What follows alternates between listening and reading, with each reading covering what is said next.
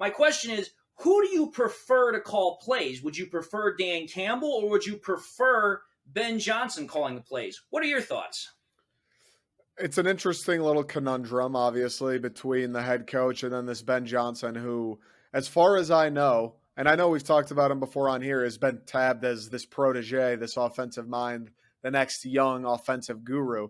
So, from an outsider's perspective, hearing stuff like that, and I remember at the end of last season, I would read quotes, people talking about Ben Johnson going, that's a guy you don't want to leave your building. And I know Dan Campbell did a little bit of play calling last year, but from where I'm sitting, if I had it my way, Ben Johnson, I've heard so much about him, and his thing is calling offense. For that reason, I want to see him do it. I want to see, is this guy the wonder kid everybody seems to claim he is? And then on the flip, Dan Campbell was fine, but I think he would tell you himself, and this is part of why I really like Dan Campbell and what makes him a great leader, is he'd probably tell you himself, like, I'm not Andy Reid. I'm not a guru offensively. I think what makes Dan Campbell great, or what will make him great throughout his tenure in Detroit, is he is aware enough to realize, hey, I don't need to be in control of everything all the time, micromanaging each little task. I think what makes him great is he can go, all right, this Ben Johnson kid is really good at calling offense.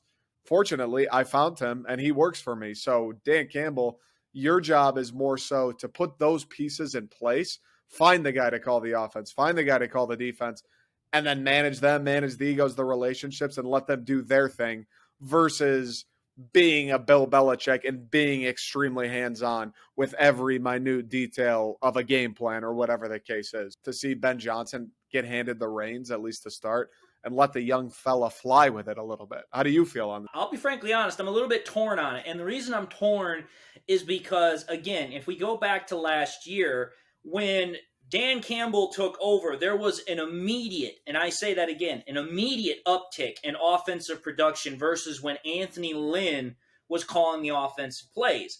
And that was almost a conundrum in and of itself, because here you had Anthony Lynn. He was a running backs coach. He'd been an offensive coordinator. He'd been a head coach. You would think that as an offensive-minded coach, he would have been able to do a better job calling plays and designing offensive schemes than what he had done for those 9 or 10 weeks that he was the play caller. But he couldn't do it.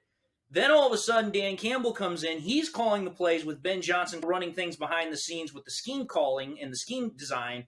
And the offense just goes through the roof in comparison to where it had been the first 9 to 10 weeks.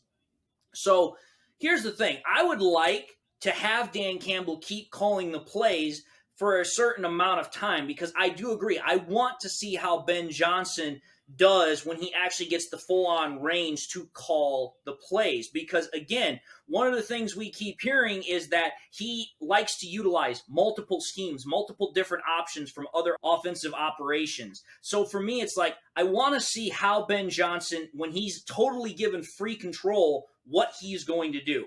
But at the same time, I don't want to throw him in too early and then he potentially gets overwhelmed, because when you're calling offensive plays, you've got to take into a lot of things all within 30 seconds, and you've got to constantly do that throughout the entirety of the game. I just don't want him getting overwhelmed. So I like what we have with Dan Campbell, but I do want to see Ben Johnson at some point. I just don't want him getting potentially overwhelmed along the way, if that makes any sense. That's fair. That's what's interesting too, is that's like it's like a fine line now where, yeah, maybe you don't want to throw him to the fire and whatever would happen. If that's the case, if he gets overwhelmed, he isn't ready for it, whatever, there's obviously those downsides at play. But on the flip side, if you're keeping him on the leash too much, then maybe he starts to go, I need more than this. I'm better than this. I can do bigger things than just this. So it's a very delicate situation for Dan Campbell to maneuver.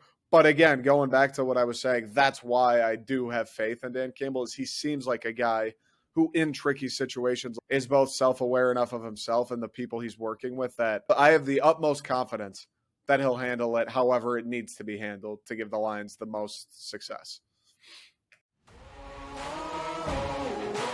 Man on a mission, I'ma get it. You know I be on a what?